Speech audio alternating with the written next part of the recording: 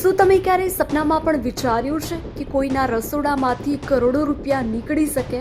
જી હા, આ કોઈ ફિલ્મનું દ્રશ્ય નથી, પણ ઓડિશાના ભુવનેશ્વરની વાસ્તવિકતા છે.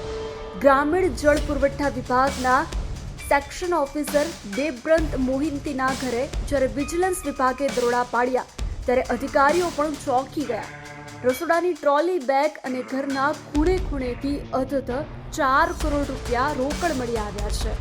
ઓડિશાના ઇતિહાસમાં કોઈ એક સરકારી કર્મચારીના ઘરેથી મળેલી આ સૌથી મોટી રકમ માનવામાં આવે છે. સામાન્ય જનતાના ટેક્સના પૈસા કઈ રીતે ભ્રષ્ટ અધિકારીઓના કબાટમાં પહોંચી જાય છે તેનું આ જીવતું જાગતું ઉદાહરણ છે. ઝીરો ટોલરન્સની વાતો વચ્ચે આવા કિસ્સાઓ સિસ્ટમ સામે અનેક સવાલો ઊભા કરે છે. તમારી દ્રષ્ટિએ આવા ભ્રષ્ટ અધિકારીઓ સામે કેવી કડક કાર્યવાહી થવી જોઈએ?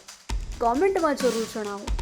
જો તમને આ માહિતી ગમી હોય તો વિડીયોને લાઈક કરો અને આવી જ સત્ય ઘટનાઓ માટે અમારી ચેનલને હમણાં જ સબસ્ક્રાઇબ કરો.